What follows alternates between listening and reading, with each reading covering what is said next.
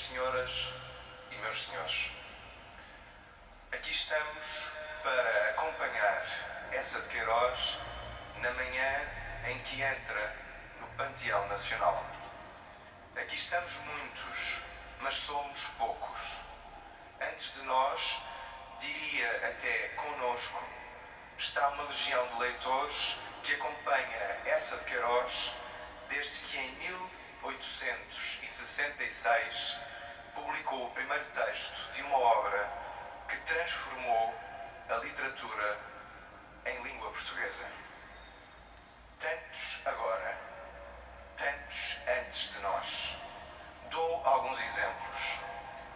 A leitora que, não tendo livros em casa, aguarda na rua pela carrinha da biblioteca itinerante, na esperança de ler mais um livro do escritor que descobriu por acaso, como se fosse um segredo apenas seu. Os milhares de brasileiros que, tomados pela paixão de o ler, sabiam de cor excertos e falavam das personagens como se fossem pessoas conhecidas e que, lenda ou não, atribuíam entre si, em jeito de desafio, os nomes de Maria Eduarda, Carlos, Amélia ou Jacinto, e a qualquer mau jornalista a alcunha de Palma Cavalão. O rapaz dos Açores, que encontra numa papelaria a obra que gostaria de ter escrito e que, vendo-a escrita pelo autor dos Maias, decide dedicar-lhe uma vida de estudo e vem a tornar-se um enorme queirosiano. O leitor do ensino secundário, a quem a vida está na iminência de se precipitar e que, enquanto espera, enquanto ainda é cedo, encontra respostas a dúvidas que não sabia ter. E até uma velha senhora que, tendo trabalhado durante 50 anos numa gráfica para sustentar o marido doente e os 2 filhos, me disse que cosia com especial esmero os cadernos do Crime do Padre Amaro, o Primo Basílio e os Maias, e confessou-me, brilhando de orgulho, eu era a vedeta de Eça de Queiroz. Serem hoje atribuídas honras de Panteão Nacional traduz 150 anos de centenas de milhares de leitores cujas vidas a obra queirosiana marcou de formas íntimas que ninguém pode verdadeiramente conhecer. José Maria Eça de Queiroz entra no Panteão Nacional levado aos ombros pela gente que tanto leu, que tanto lê, que tanto o lerá.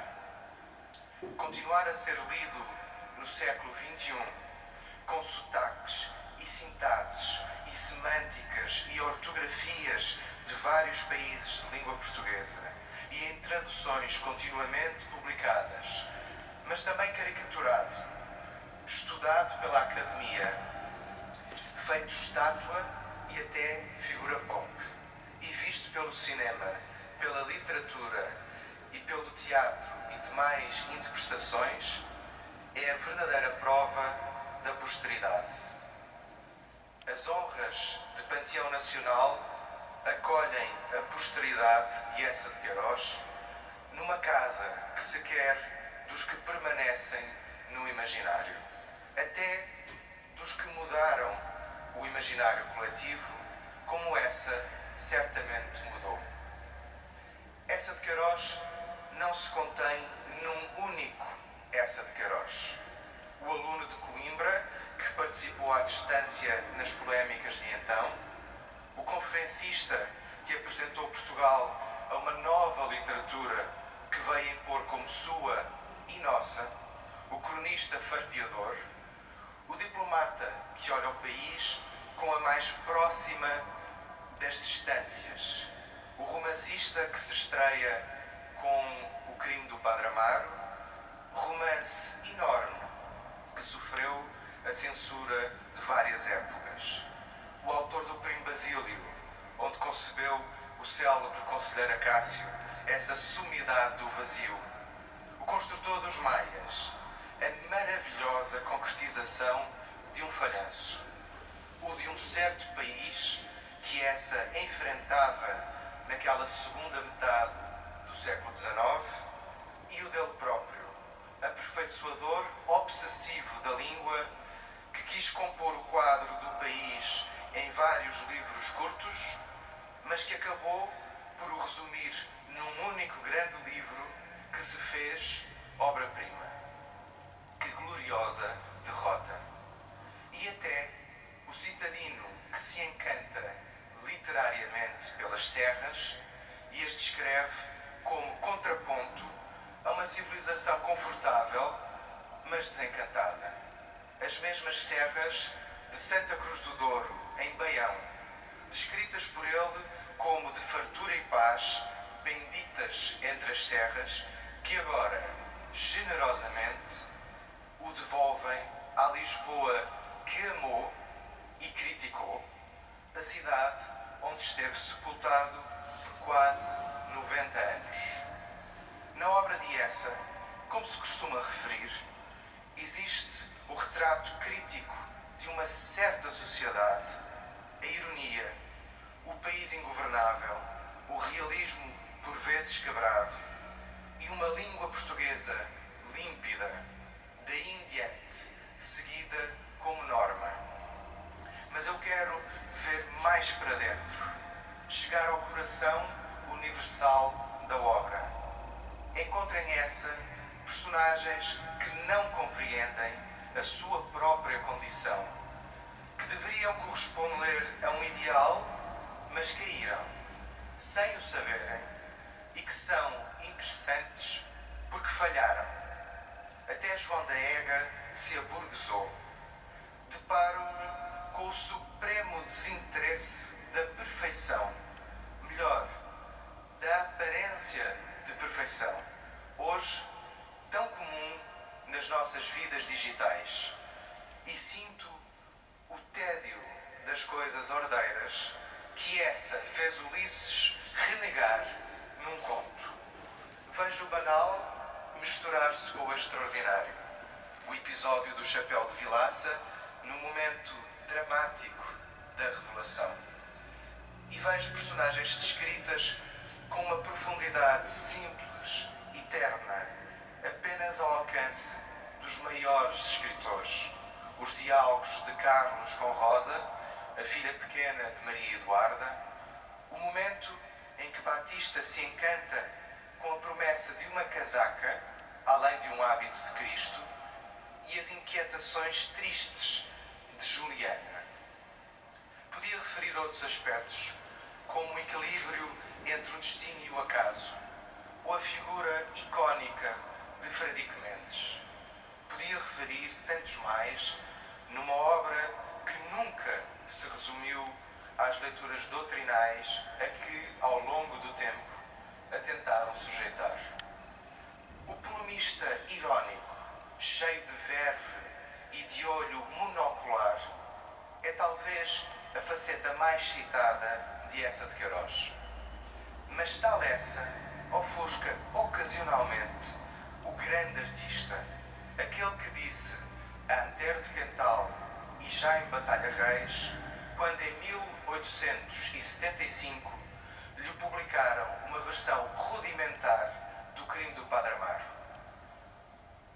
Eu dou-vos um borrão de romance e vocês, em lugar de publicar o romance, publicam o borrão? Eu não sou um moralista, sou um artista. O artista é um ser nefasto, que não é responsável pelas suas fantasias, nem pelas suas vinganças. Sou ofendido na minha estética, vingo-me. Essa foi de facto um artista metódico e compulsivo, que demorou com cada obra, sem contemplações ou pressas, o tempo que esta lhe pedia. Sem o artista que prometeu estrangular Antero de Quental, hoje não conheceríamos o escritor irónico usado como arma com que ainda ainda se ameaçam os políticos, e alguns bem o merecem. E assim, Eça de Queiroz ergueu uma literatura em relação à qual outros escritores precisaram de se definir. E mais do que isso, é sua uma ideia que ainda temos de nós mesmos. A ideia de um Portugal vizinho, isto é, um país já distante no tempo, mas que a escrita deste grande artista fez nosso. A obra de Eça de Queiroz continua a animar o imaginário dos leitores e mantém-se fundamental para a formação literária, mas também humana, enquanto pessoas e cidadãos, o que bastaria por si só para seguir como leitura obrigatória nos currículos escolares.